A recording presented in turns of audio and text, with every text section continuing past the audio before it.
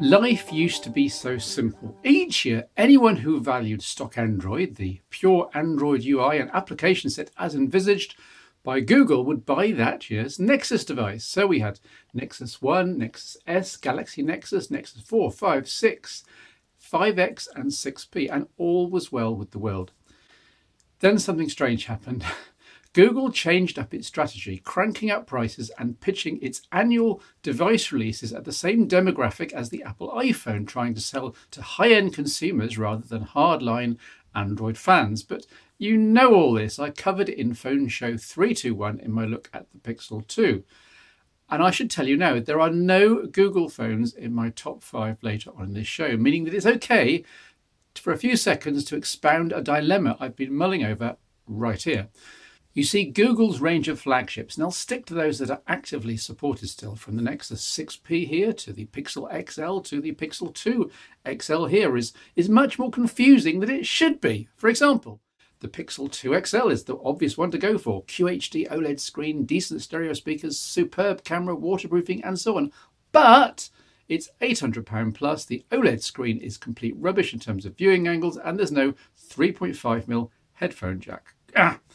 Okay, the one to go for then is obviously last year's Pixel XL. It still has the 3.5mm jack, the camera is just as good, and you can pick this up second-hand for half the cost of the Pixel 2 XL. But the screen is a little pale and washed out, there's no waterproofing, and there's only an average mono speaker.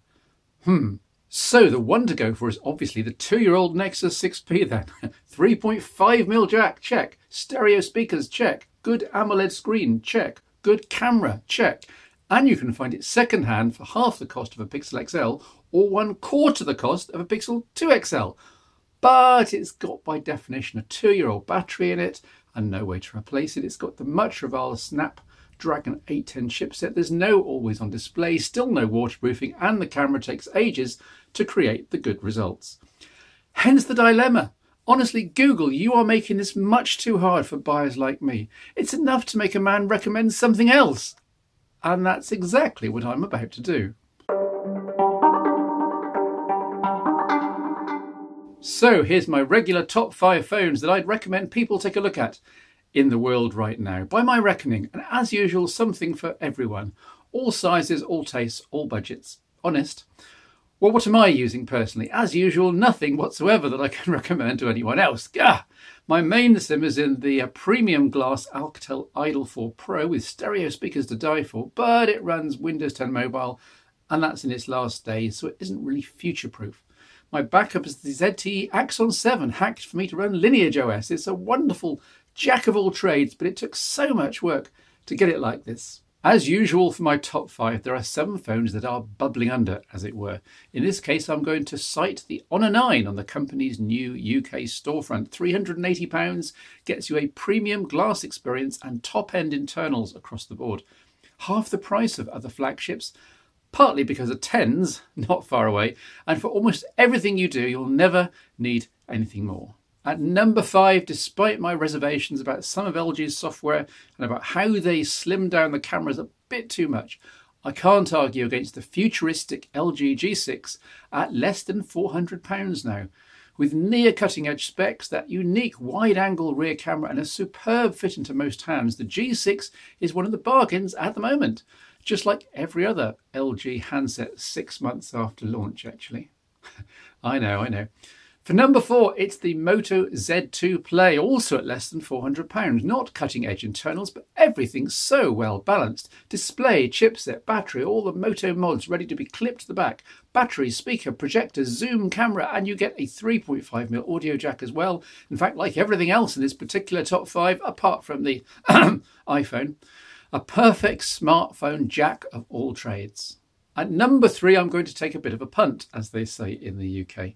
As I record this, the OnePlus 5T has only been in my hands for about an hour. Review to come, etc, etc. But I liked what I saw in the Vanilla 5 earlier this year very much. And this is better by almost every metric, not least a 2x1 6-inch AMOLED screen and an improved camera for low-light work.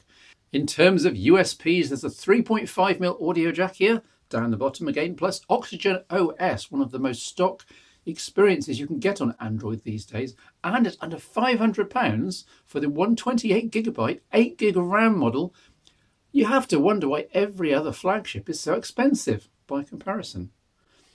It's at this point, though, that your wallet will feel a lot more strain, but it's for good reason.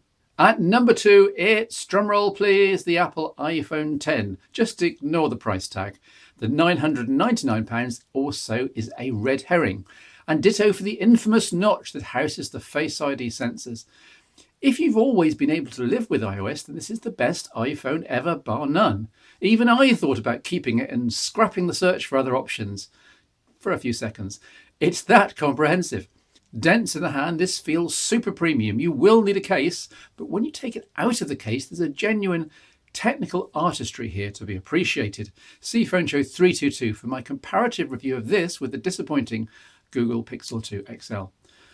But at number 1, remembering that I have a rule about not duplicating models, I'm leapfrogging over the still rather excellent Samsung Galaxy S8 and S8 Plus to pick the Galaxy Note 8. It's the smartphone that does it all. Superlative screen, check. Fast and usable Android, check. Great camera, check. Pro-grade stylus for note-taking and sketching, check. Good battery life, check. 3.5mm audio, check. Memory expansion, check. About the only thing the Note 8 doesn't have is decent stereo speakers.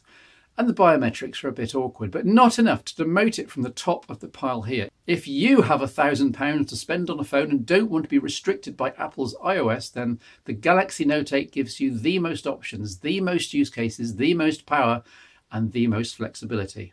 Having said all that, you'll be seeing this phone again in the very next show, the OnePlus 5T.